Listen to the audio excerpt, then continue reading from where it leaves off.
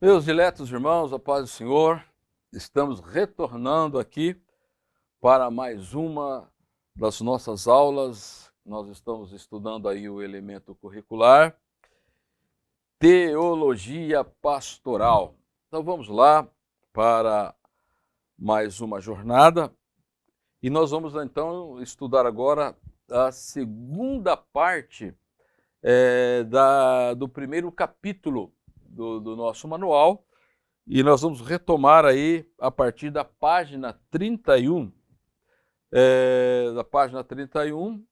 e nós vamos estar aí abordando mais 6 assuntos, que é a atitude daquele que é chamado, preparo do obreiro, preparação do ministro, a necessidade do preparo, obstáculos ao preparo e a preparação em si. Vocês percebem que esses assuntos aqui, eles estão todos pertinentes ou estão interrelacionados, tá?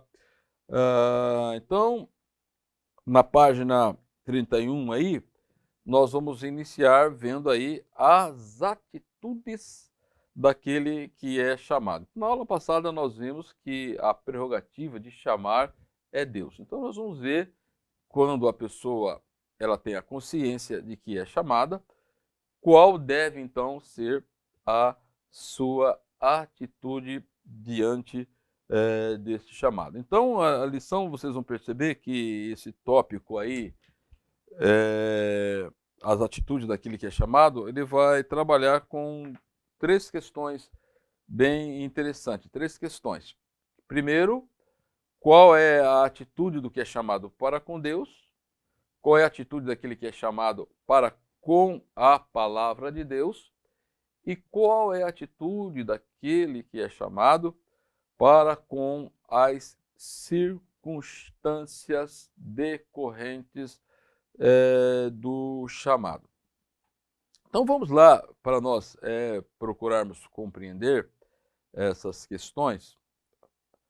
Qual deve então ser a atitude daquele que é chamado para com Deus? Não como servo, como o servo, ele pode ter convicção para com Deus de que ele fora chamado e designado para o exercício de um ministério específico dentro da igreja.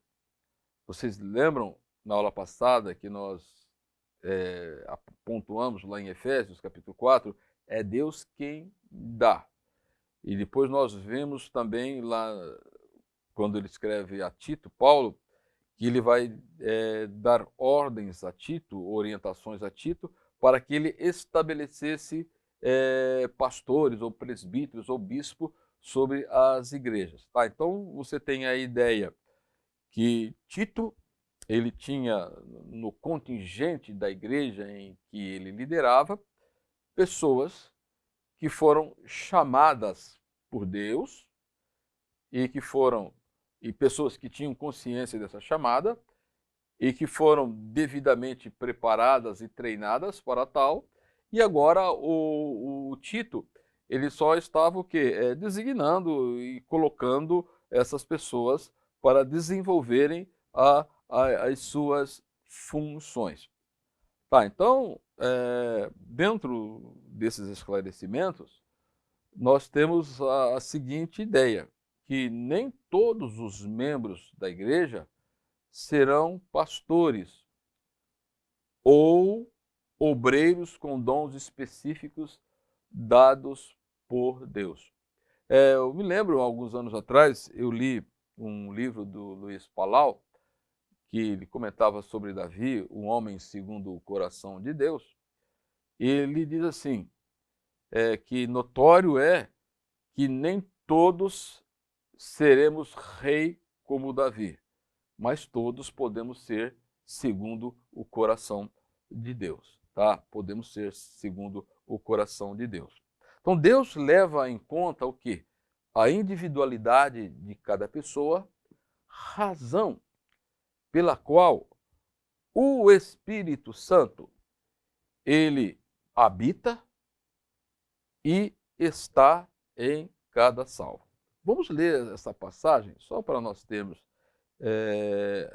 a ideia, que é João, capítulo 14, e os versículos 16 e 17.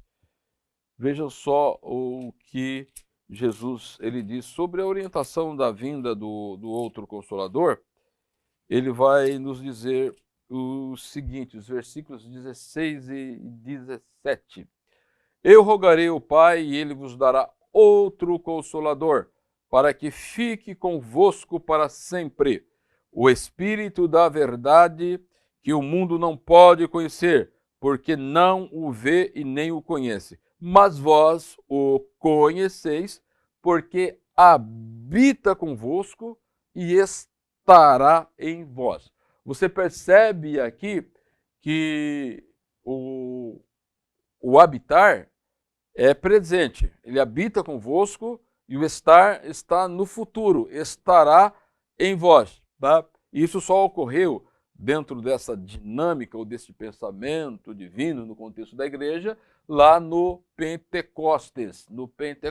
Depois a gente vai estar abordando um pouco mais sobre este assunto. Tá? Então é preciso, aquele que é chamado, para ele ter a atitude correta para com Deus, ele precisa ter convicção na inquebrável ou na inabalável realidade de Deus, ou na pessoa de Deus, aquilo que nós vimos no último ponto da lição passada, ou da primeira lição que nós estudamos. Quando nós lemos lá em Amós, capítulo 3 e versículo 8, vejam só aqui a convicção de Amós. O leão rugiu, quem não ficará com medo? O Senhor falou, quem não profetizará? Ainda Amós, capítulo 7, versículos 15 e 16, diz assim: Mas o Senhor me tirou do trabalho de andar atrás do gado e me disse: Vá e profetize ao meu povo de Israel.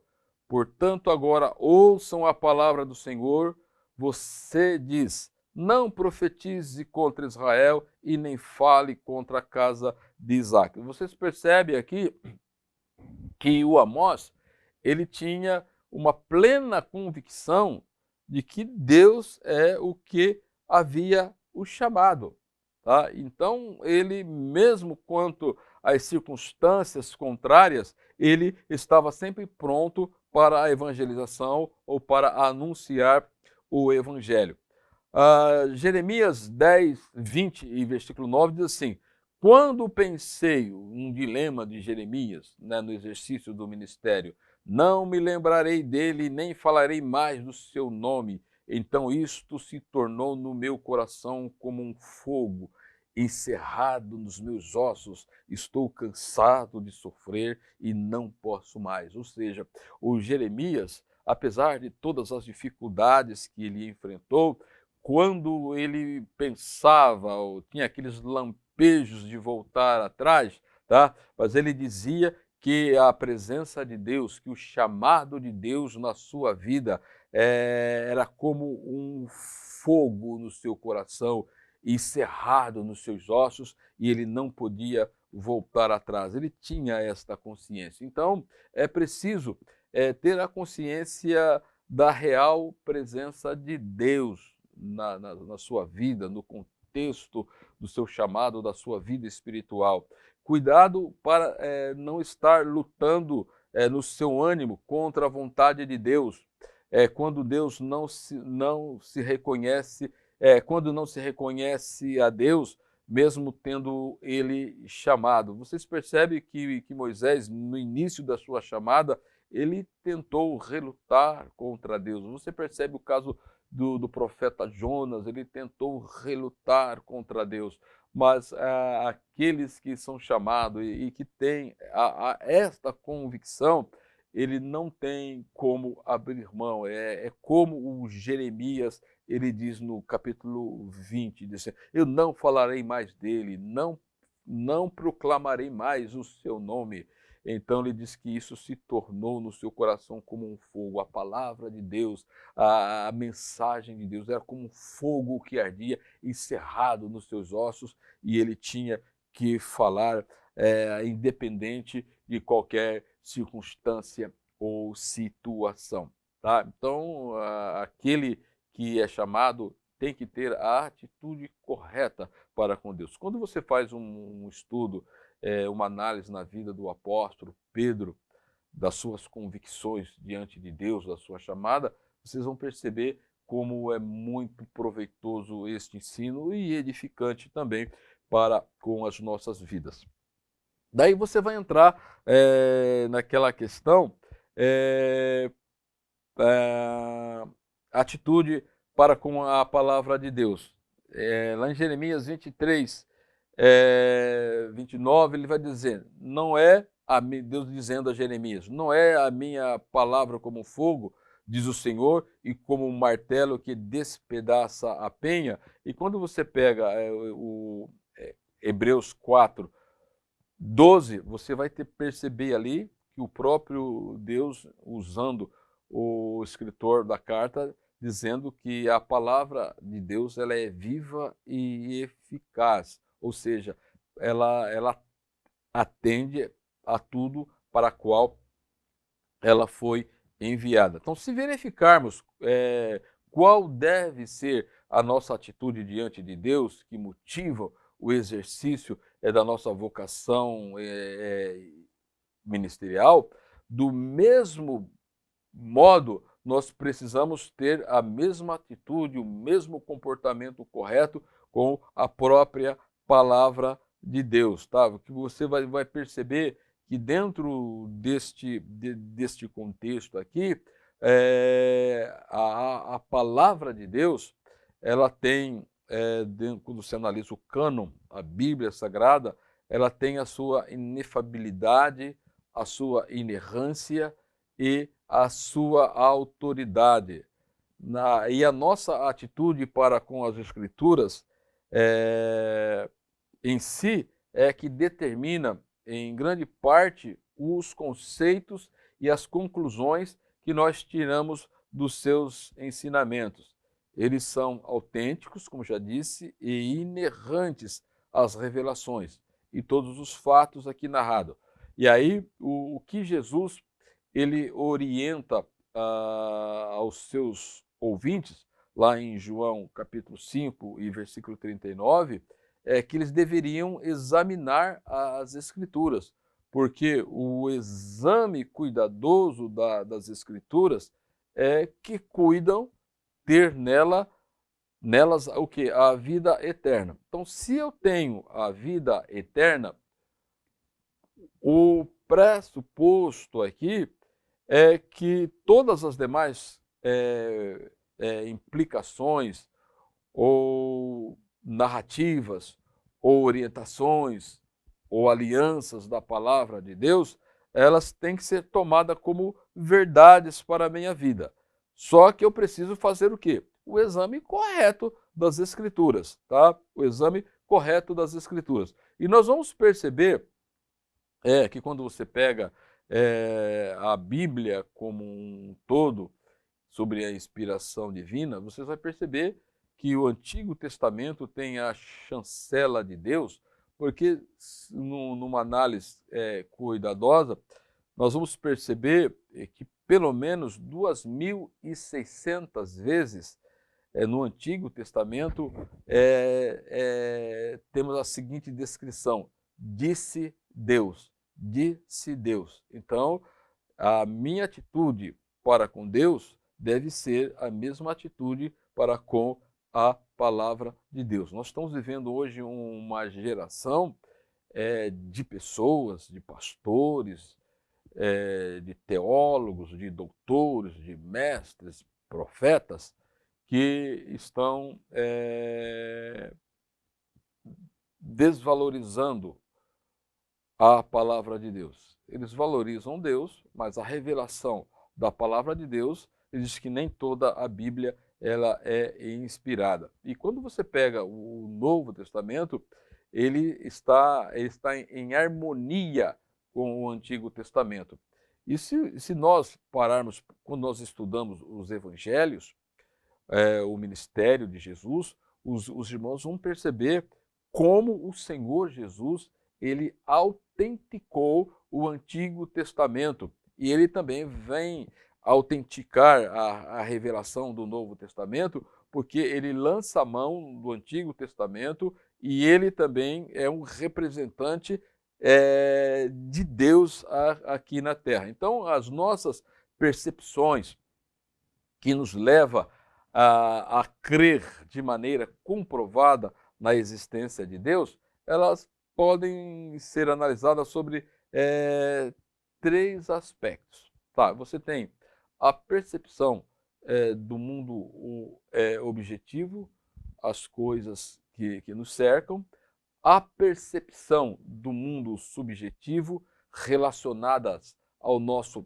próprio ser, à nossa experiência com Deus, e a percepção do mundo espiritual relacionada aí com as coisas espirituais. E aí nós precisamos ter em mente que a Bíblia, a palavra de Deus, ela se enquadra dentro de uma questão de verdades, quando você está estudando aí as classes de verdades no contexto, no conceito teológico,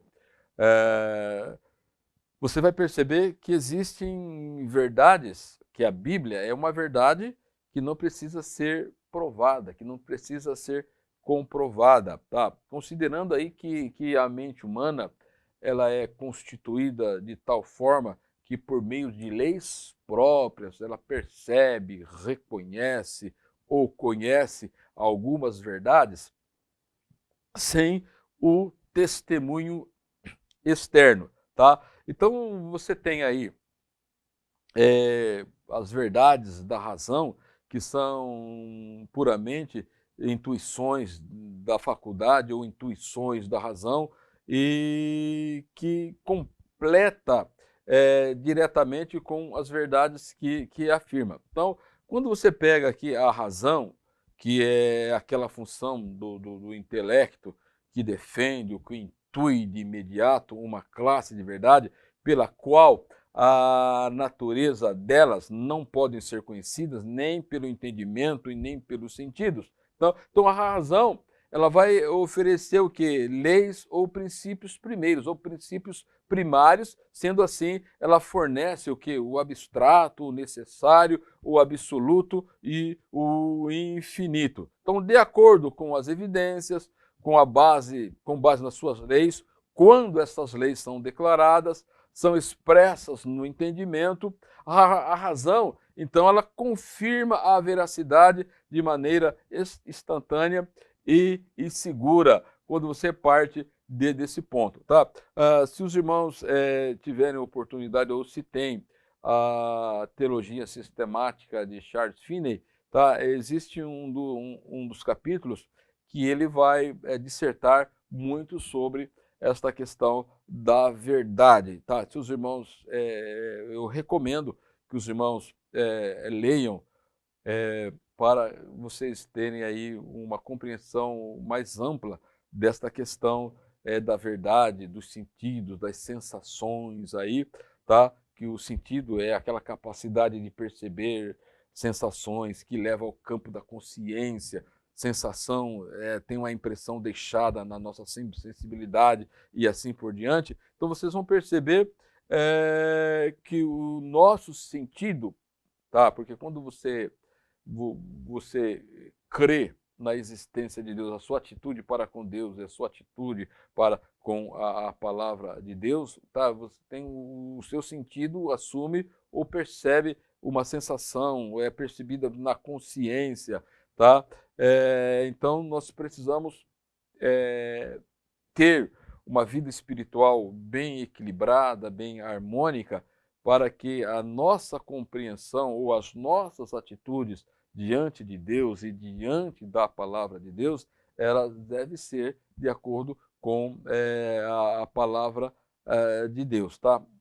Então, por isso quando eu disse a vocês que há verdades que não existem provas conhecidas na razão e no sentido, na questão dos seres humanos, né? É, por exemplo, existem coisas acerca de Deus que a arqueologia, que é uma ciência humana, ela jamais vai comprovar.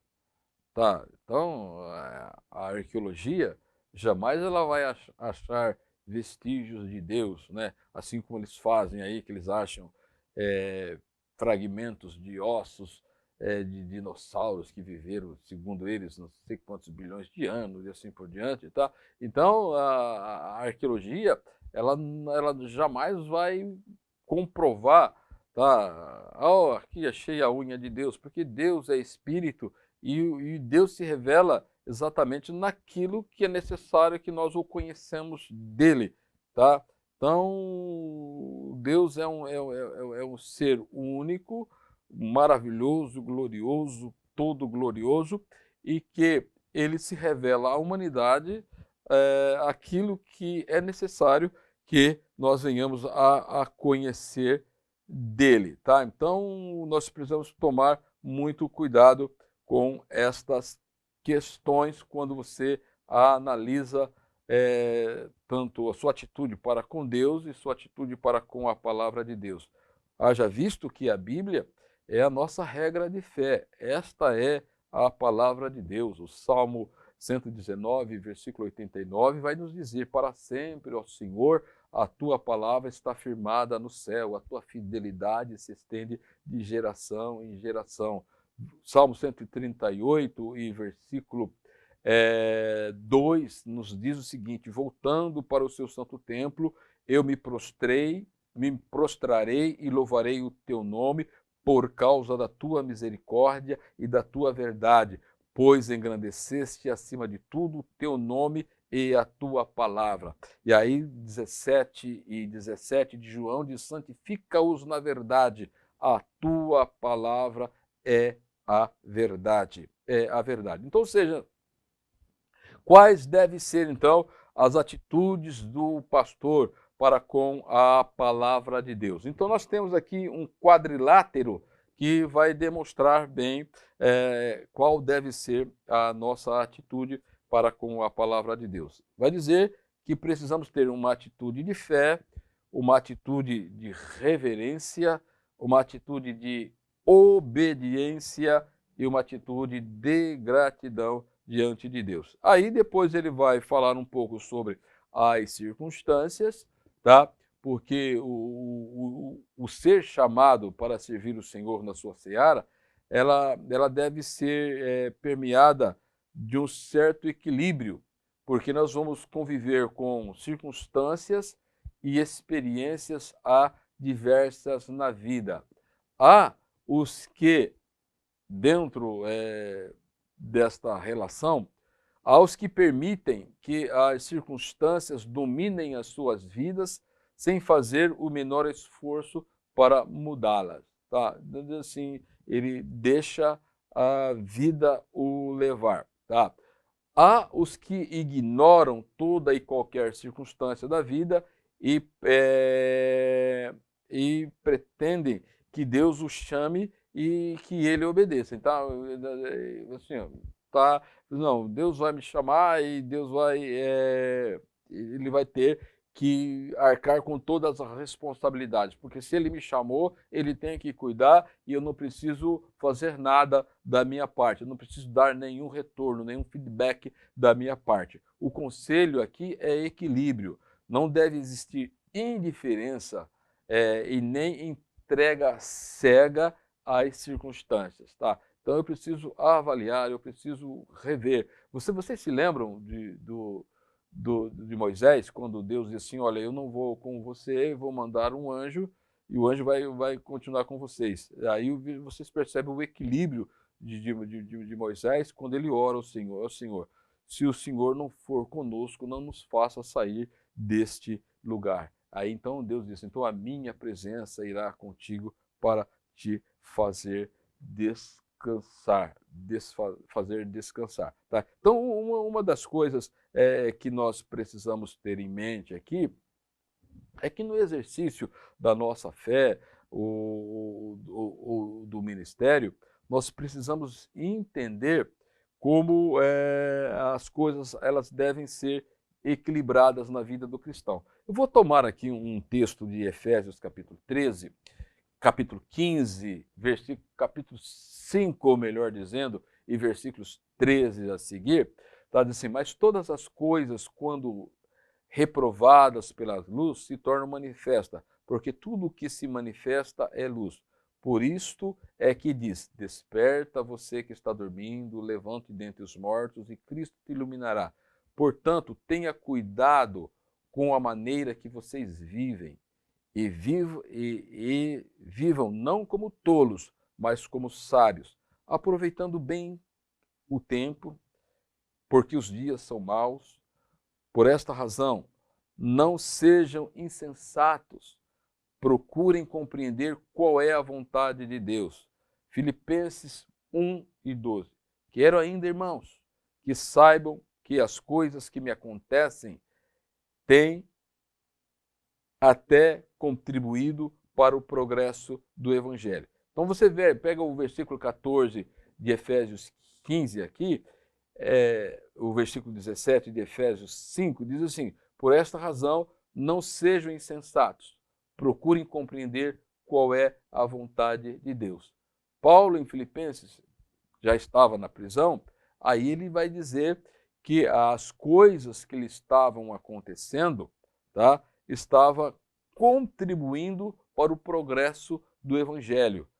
Ele estava preso, mas a palavra de Deus não estava preso. Foi o momento que ele teve na prisão para escrever as grandes cartas, conhecidas como as cartas da prisão. Tá? Então, a necessidade de boa consciência para análise do que é realmente crer ou não crer, foi o que foi chamado por pastorado. Então eu preciso ter a convicção de que eu fui chamado para o ministério. Tá? Então tem aqui a questão da idade, a questão familiar, a questão profissional, a questão financeira. Tá? Então o que é chamado, ele tem que fazer todas essas análises. E a responsabilidade também de consagrar a sua vida e os seus talentos ao Senhor. Ele não pode abrir mão destas realidades. Então, o cuidado aqui a ser despertado por outras pessoas quanto à vocação do exercício, nós precisamos ter discernimento, né? Porque existem muitas pessoas que profetizam e que dizem o Senhor me mostrou que você vai ser pastor, que você vai ser isso, que você vai ser pastor e vai exercer o seu pastorado não sei aonde, tá? Então nós precisamos ter muito cuidado dentro dessas questões para ter o correto entendimento ou discernimento se é o Espírito Santo que está no comando dessas pessoas, orientando essas pessoas para tais manifestações, ou se a pessoa ela gosta muito de você e quer ajudar você no exercício do seu ministério. Né? Precisa ter muito cuidado com isso. Você se lembra de um caso muito clássico que nós temos na Bíblia, que Natã, o profeta que assistia a Davi, quando Davi ele manifesta o desejo de construir o templo, ele, ele, ele fala, né? Aí o Natã orienta, não, você pode fazer porque Deus está com você e tal.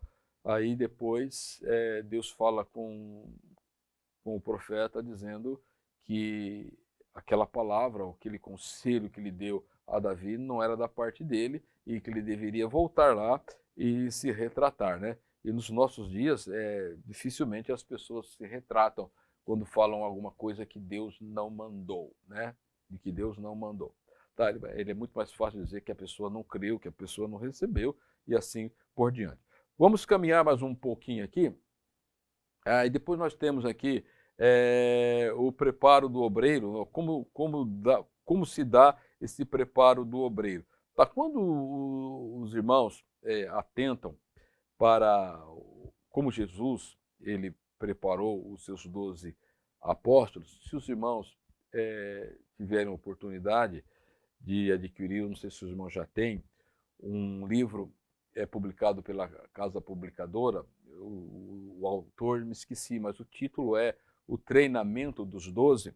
Ele vai fornecer muitas informações quanto ao preparo do obreiro. É um livro muito interessante que ele vai dissertar, tá, os passos do Senhor Jesus, desde a conversão dos apóstolos, tá, depois o chamado para serem pescadores de homens, o treinamento que Jesus implantou, até a grande comissão, Jesus comissioná-los para a pregação do Evangelho. Então, uma das coisas que nós vamos perceber aqui é que geralmente as pessoas conhecem Jesus, têm as suas primeiras experiências e, em tese, aqueles que são chamados para o pastorado, para o exercício do pastorado, há necessidade de equacionar ou até mesmo de abrir mão de ocupações seculares habituais. A ideia é santificar, e essa ideia de santificar-se a Deus, ela dá a ideia pelo menos de alguns termos aqui, que é separação, dedicação, purificação, consagração ao serviço do Senhor. Tá? Então, os irmãos vão perceber como o Senhor Jesus ele trabalhou com os discípulos dentro dessa questão. Quando nós olhamos os evangelhos, como Jesus aborda os seus discípulos, chama, tem a experiência da salvação e depois o chamado, como eles tiveram com Jesus, e vocês vão perceber que dentro desse treinamento, dessa preparação, os discípulos eles precisaram atentar para as duas coisas, para aquilo que Jesus ensinava, então ouvir, e também eles tinham atentos ao que Jesus realizava, então ver o que Jesus realizava. Tá? Então nós precisamos ter a ideia dessa questão. Então a convicção, é por isso que temos que ter uma convicção real da nossa chamada, porque ela nos leva a abrir mão de algumas coisas para entregar totalmente ao Senhor. Daí você tem aqui a necessidade devida da preparação, que a chamada para o ministério, ou essa chamada específica, requer que o mesmo se torne experiente. Tá? Então, é uma pessoa que passou pelo novo nascimento, o batismo com o Espírito Santo, ter a consciência de que é Deus que o chamou, e isso vai envolver tempo e estreita comunhão com Deus. A pessoa precisa ter noção exata desta questão. E quando você fala sobre o valor da experiência, então, nessa questão, os irmãos vão perceber que quando Moisés, lá no deserto, ele estava orientando as pessoas, e era um trabalho penoso para ele, e o sogro dele, então, orientou para que ele dispusesse de pessoas para ajudá-lo no exercício desse ministério. Vejam só nas memórias de Moisés, lá em Deuteronômio, capítulo 1, versículo 12 a seguir, diz assim: como poderia eu sozinho suportar o peso e a carga de vocês? Como poderia eu resolver sozinho todas as questões que surgem no meio de vocês? Escolham homens sábios, inteligentes e experimentados, segundo as suas tribos, para que se ponha como chefes. Tá? Então vocês vão perceber aqui que uma das exigências que Moisés escolheu, as características dos homens ali, eles deveriam ser experientes. Tá? Então é preciso viver, é preciso experienciar. Tá? E a experiência é que abre a consciência. Isto não é questão de ser cético ou crente. pois quando ambos eles experimentam algo, a sua fé se torna inabalável. Tá? Então é necessário experimentar as coisas de Deus, a experiência da vida espiritual e as experiências que envolvem o ministério cristão que nós vamos exercer. Então, o que é de fato uma experiência? Tá? Então, a experiência em si, ela é uma forma de conhecimento direto e, quando você pega numa questão objetivo, tá? A verdadeira fé é aquela que encara, tá, a razão face a face, tá? Então a experiência é uma ação e ela tem um efeito, tá? Então, e o procedimento é bastante habitual dos trabalhos, tá? Quando você pega essa questão de experiências, por exemplo, hoje nós estamos vivendo aí um fenômeno em que as vacinas do Covid, elas estão sendo experimentadas para perceber se ela vai realmente atender para aquilo que ela está sendo realizada, tá? Sendo fabricada. Tá? No contexto da vida cristã, a realização de uma experiência, ela vai implicar também esta experimentação de diferentes variáveis que nos vai amadurecer ao longo do exercício do nosso ministério. Propõe-se que o preparo, ele no caso do obreiro, do pastor, em duas áreas, tá? Que é na formação teológica e na formação cultural. Tá? Não se pode abrir mão de nenhuma dessas duas formações. Tá? A formação teológica, ela é primordial, e também a formação cultural. Quando nós olhamos para a Bíblia, quando analisa essa necessidade do preparo,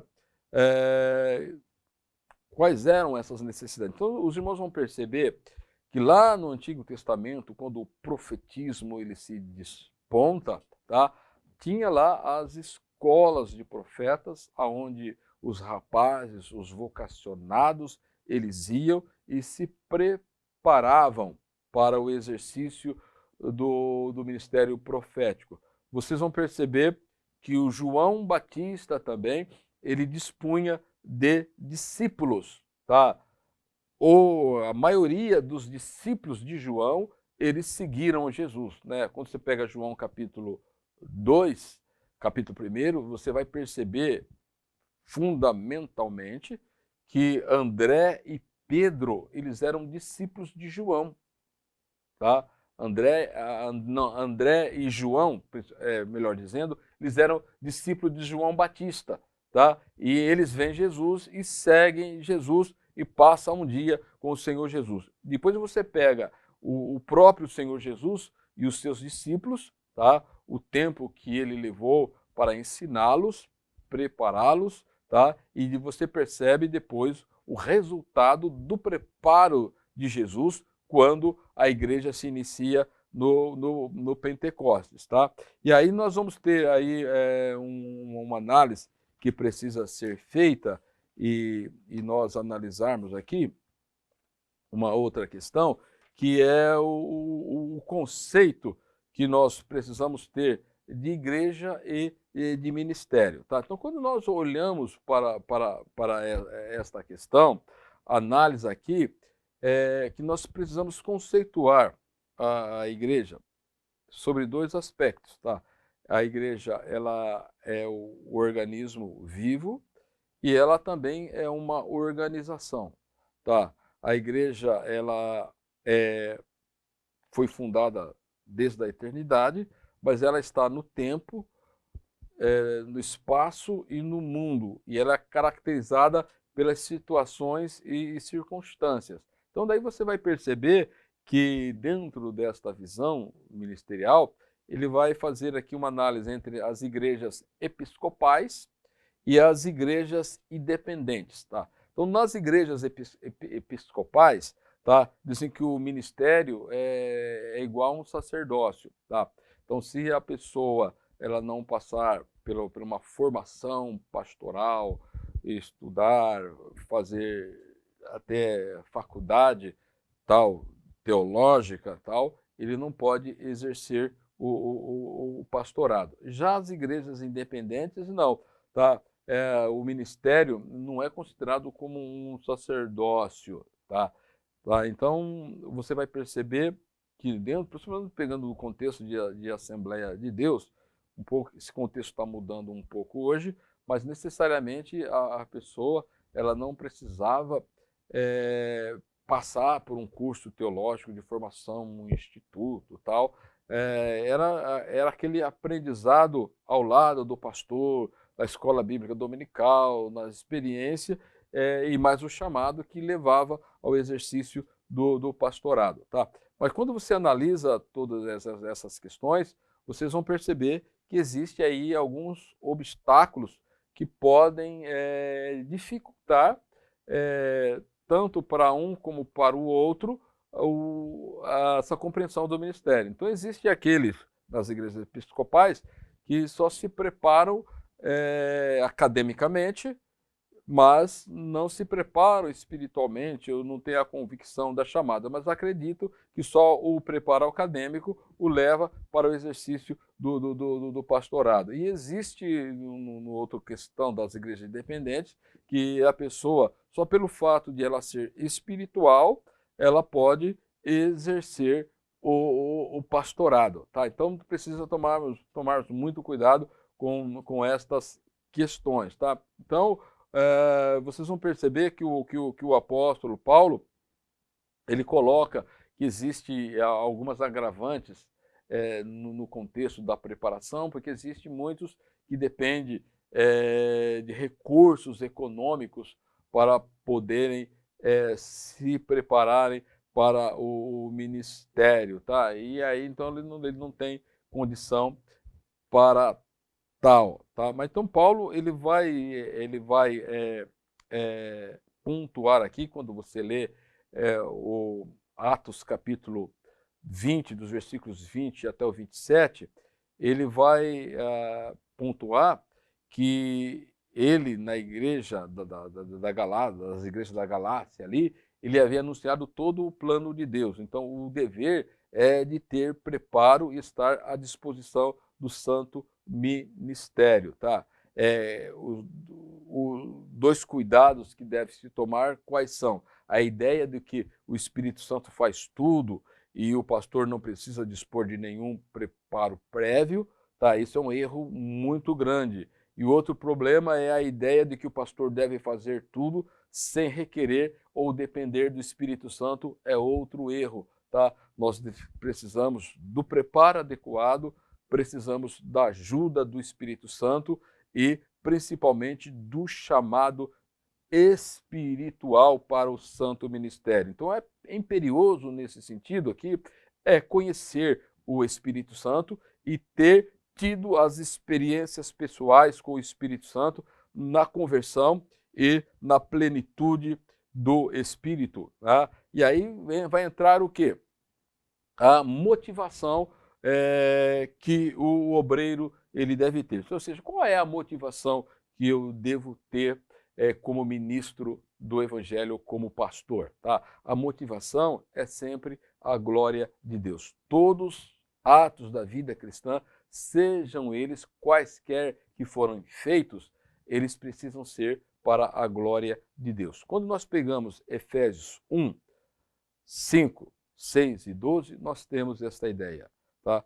Nos predestinou para Ele, para sermos adotados com os seus filhos por meio da fé, por meio de Jesus Cristo, segundo o propósito da sua vontade, para o louvor da sua glória.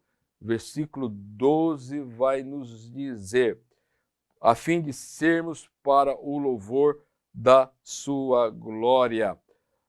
Versículo 14, o Espírito é o penhor da nossa herança até o resgate da nossa propriedade em louvor da sua glória. Então, a ideia que nós precisamos ter aqui é que a preparação ela é necessária na vida do cristão, tá?